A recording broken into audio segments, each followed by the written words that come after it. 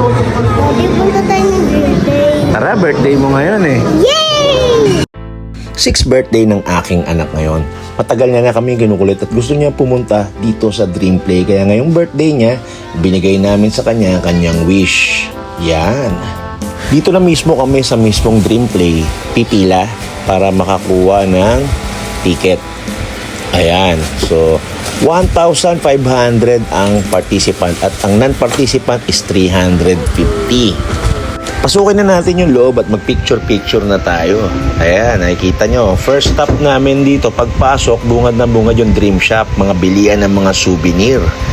Meron din silang locker room dito, kaya dito may mga gamit mo para safe na safe ka. At ang first stop natin, Shrek Zone. Ito yung parang training camp with interactive play areas. Ayan, so makikita nyo, na si Shrek. Nahanap ng anak ko na yan, gusto magpa-picture.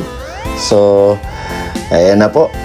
So, hindi na namin maawat yung anak ko at gusto na agad maglaro. Pero nakita niya may pila kay Shrek at nagpa-picture na siya. So, ito yung Swamp Team Obstacle na play area. Pwede kang umakyat, gumapang, tumakbo at maglaro habang hinahanap mo yung nawawalang susi ni Shrek. Dito, pinagsama-sama nito yung physical play, creativity at interaction sa mga karakter ng DreamWorks. Di ba? At yan, makikita nyo, meron siyang mga slides. Ito yung parang dragon slide. Siyempre, si Dindy, laging ano yan, mapanubok yan eh. Kaya lahat gusto niya puntahan. Nagpa-face paint din siya, worth 250 pesos. Bukod siya sa, hindi siya kasama sa bayad dun sa entrance. So, ayan yung pinili niya. Rainbow. Ang ganda oh. Ito naman yung mga activities. Ito yung Stairway to Heaven. Tapos, ayan, makikita nyo yung wall climb. Diba? Pag mga bata, hindi siya pwede dyan. Kailangan merong height limit. So, ito makikita mo, tapang ng bata. Oh.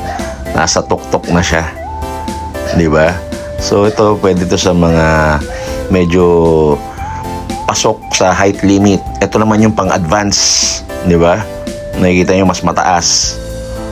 Diba? Sa may thread of enlightenment, makikita nyo talaga dito. Medyo pang matatanda na to. At yung malalakas ang loob. Mas advanced na yung mga obstacle dito at mataas siya. Pero syempre, meron din tayo para sa mga bata. Ito yung Rope of Legendary Legends, ay isang Kung Fu Panda Team Rope Obstacle Course para sa mga bata. Masusubukan dito yung balance, bilis at coordination. Ito, nasasanay na talaga yung bata rito sa problem solving. Kaya ito si Din, hindi ko masyadong ginaid kasi ino-observe ko siya. Gusto ko yung matuto siya ng sarili niyang diskarte. At yan, bata pa lang sinasanay ko na para maging mas athletic siya. Para maging mas malakas ang kanyang katawan at madiskarte. Baga bata pa lang, ilang hubog na. Gaya ko, athletic ako. Gusto ko parehas din kami, di ba? So ito, bilib na bilib ako dito.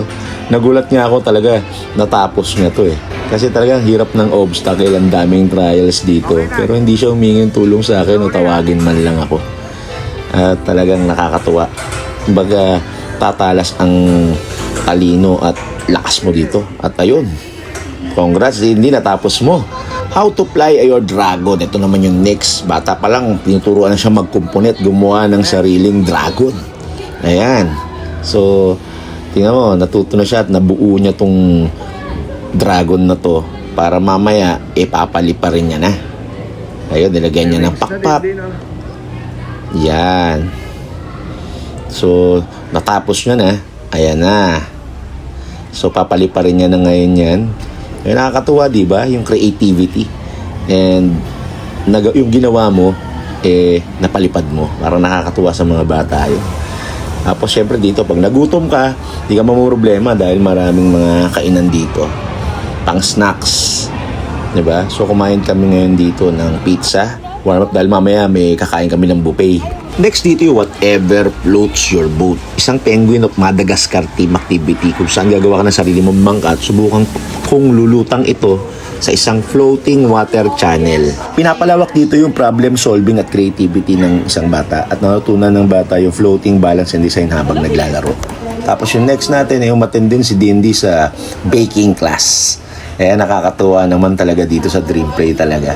Lahat ng klaseng skills matutunan mo, pati paggawa ng cookies at ayun, ang sarap. At meron din ditong magic show.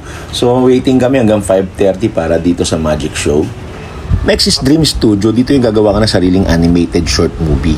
Masaya activity para yung bata at matatanda matuto gumawa ng about movie animation. Tapos yung Dream Theater, isang 4D theater experience kung saan mapapanood mo yung short film ng DreamWorks habang naranasan sa iba't ibang special effect na nagpaparamdam sa bahagi ng kwento. Ayan, kinilig si Dindy oh. Ito naman yung Pure Power, yung maglalaro ka ng foam ball arena. Yung umakyat dumadaan sa tunnel, mag-slide sa multi-level playground. Ayan oh, ganda di ba? At ito yung last na pinuntahan din, yung Fast Lightning Kung Fu Fighting, yung isang interactive Kung Fu lesson sa Dream Play, yung saan tuturuan ka ni Po at ang Furious 5 na basic Kung Fu moves. Ayan o, diba? Makikita nyo yung mga isang masaya at digital training session. Kumbaga ano yan parang Zumba ng mga bata. Ayun o, gagayahin mo lang yung sa unahan. Diba ang saya? Mapabata, matanda o isang pamilya kayo, parang ang saya na itong gawin. Highly recommended talaga itong Dream Play. In just 1,500, yung sayang mabibigay mo sa iyong anak hindi mapantayan. Talagang sobra. So birthday niya, kaya granted yung kanyang wish. Sabi ko, puntahan nyo to. Maganda dito. Mag-i-enjoy yung mga bata. So please like and subscribe my channel, Dance of All Trades. Marami pa tayong mga realtor life na videos soon. Thank you mga kaibigan.